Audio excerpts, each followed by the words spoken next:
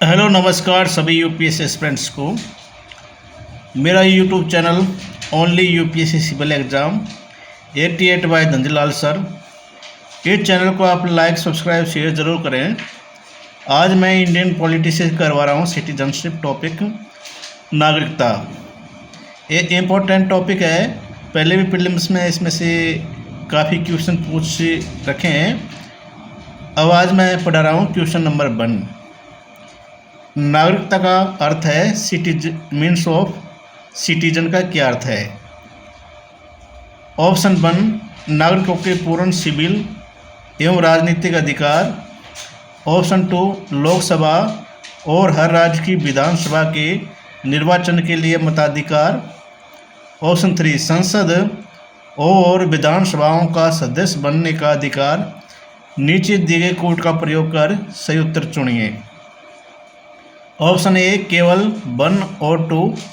Option B केवल 1 और 3। Option C केवल 2 और 3। Option D 1 2 3। तो इसमें आंसर है ऑप्शन डी, उपरोक्त सभी। तो नागरिकता का अर्थ है वो उपरोक्त सभी है। जिसको नागरिकता मिल जाती है उनको पूर्ण सिविल एवं राजनीतिक अधिकार मिल जाता है, प्लस उनको राज्यसभा, विधानसभा और लोकसभा और विधान परिषद में सदस्य बनने का अधिकार मिल जाता है, तथा उनको वोट देने का भी अधिकार मिल जाता है। और उनको जो स्पेशल राइट्स हैं सिर्फ नागरिकों के लिए वो भी मिल जाते हैं। तो नागरिकता का अर्थ ये है। नेक्स्ट क्वेश्चन, भारत में रहने वाला ब्रिटिश नागरिक दावा नहीं कर सकता है। अब कोई ब्रिटिश नागरिक है तो वो दावा नहीं कर सकता। किस पर दावा नहीं कर सकता है? ऑप्शन ए व्यापार और व्यवसाय की स्वतंत्रता के अधिकार की। ऑप्शन बी विधि के समक्ष समता के अधिकार का। ऑप्शन सी जीवन के व्यक्तिगत स्वतंत्रता की सुरक्षा के अधिकार का।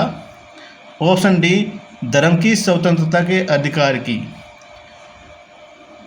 तो इसमें जो ब्रिटिश में रहने वाला नागरिक भारत में, ऑप्शन ए का दावा नहीं कर सकता है व्यापार और व्यवसाय की स्वतंत्रता के अधिकार की। और ये कौन से आर्टिकल में है? आर्टिकल 19 में। बाकी आर्टिकल 14, आर्टिकल 21, आर्टिकल 25 भारतीय और विदेशी नागरिक दोनों को ही प्राप्त है।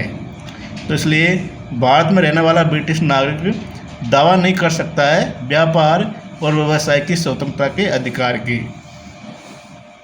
नेक्स्ट क्वेश्चन, भारतीय संविधान के किस भाग में वह किन अनुच्छेदों में नागरिकता संबंधी प्रावधानों का उल्लेख है? ऑप्शन ए भाग 1 से अनुच्छेद 1 से 4 तक। भाग 2 में अनुच्छेद 5 से अनुच्छेद 11 तक। भाग सी भाग 3 में अनुच्छेद 12 से 35 तक। भाग डी ऑप्शन डी भाग 4 में अनुच्छेद 36 से 51 तक। तो इसमें राइट आंसर है ऑप्शन बी, जो भारत के संविधान में नागरिकता संबंधी प्रावधानों को लेकर भारतीय संविधान के भाग 2 में अनुच्छेद 5 से लेकर के 11 तक किया गया है। तो आर्टिकल क्या है? अनुच्छेद 5 से लेकर 11 तक। तो इसलिए ऑप्शन बी राइट आंसर होगा। जबकि भाग 1 अनुच्छेद 1 से लेकर 4 तक संघ से संबंधित है, जबकि भाग 3 मौलिक अधिकारों से संबंधित है, जबकि भाग 4 किससे संबंधित है? राज्य के नीति निर्देशक तत्वों से। ठीक है, तो इसलिए राइट आंसर होगा ऑप्शन बी। नेक्स्ट क्वेश्चन, निम्नलिखित में से वे कौन से मूल अधिकार हैं जो केवल भारतीय नागरिकों को प्राप्त है? अनुच्छेद 14, 15, 20, 21, 24। अनुच्छेद 15, 16, 19, 29, 30। ऑप्शन बी अनुच्छेद 15, 16, 20, 21, 24, 25 अनुच्छेद, ऑप्शन डी में अनुच्छेद 15, 16, 19, 25, 26। तो इसमें राइट आंसर है ऑप्शन सी, अनुच्छेद 15, 16, 19, 29, 30। ये सिर्फ भारतीय नागरिकों को प्राप्त है। ये मौलिक अधिकार विदेशी नागरिकों को प्राप्त नहीं है। 15, 16 में 19 में क्या दे रखा है, अब हम इसको समझते हैं।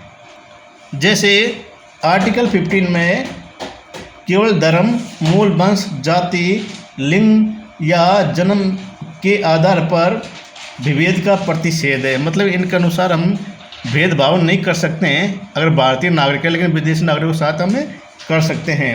आर्टिकल 16 में लोक नियोजन में अवसर की समानता है।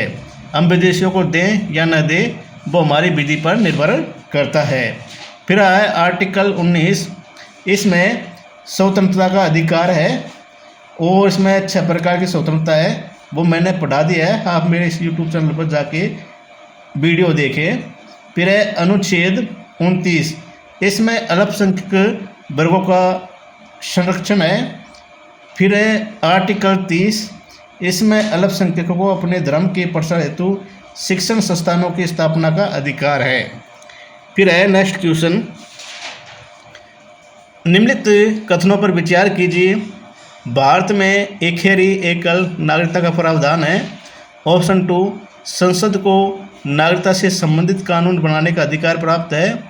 ऑप्शन 3, एकल नागरिकता का प्रावधान ब्रिटेन से लिया गया है। उपरोक्त में से कौन से कथन सत्य है? इसमें ऑप्शन 1 है केवल 1, 2, ऑप्शन बी केवल 2 और 3, ऑप्शन सी 1 और 3, ऑप्शन डी उपरोक्त सभी। तो इसमें राइट आंसर है ऑप्शन डी, उपरोक्त सभी है। और भारत में एकहरी नागरिकता का प्रावधान है। अगर किसी के पास में 2 नागरिकता प्राप्त है, विदेशी नागरिकता प्राप्त है, तो उसे एक नागरिकता त्यागना पड़ेगी, जब भी वो भारत का नागरिक बन पाएगा। नहीं, यहाँ से निष्कासित कर दिया जाएगा भारतीय नागरिकता से, ठीक है। और संसद को नागरिकता से संबंधित कानून बनाने का अधिकार प्राप्त है। और जो एकल नागरिकता का प्रावधान है वो ब्रिटेन के संविधान से लिया गया है।